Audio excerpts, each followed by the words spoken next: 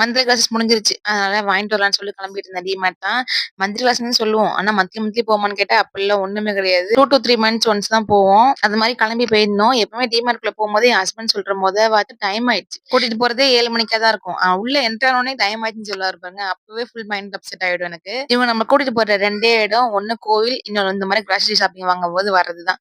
அந்த வர டைம்லயும் நம்மள சீக்கிரம் வா சொன்னாலே செம்ம காண்டாவும். நம்ம போற அந்த 2 இடத்துக்கு நம்மள நிம்மதியா விட்டுறணும். நம்மளுக்கு புடிச்சத நம்மளுக்கு வாங்கிட்டு நம்ம பாட்டுல நிம்மதியா வரணும். எனக்கு தெரியும் பட்ஜெட் இதுதான் அப்படின்னு சொல்லிட்டு.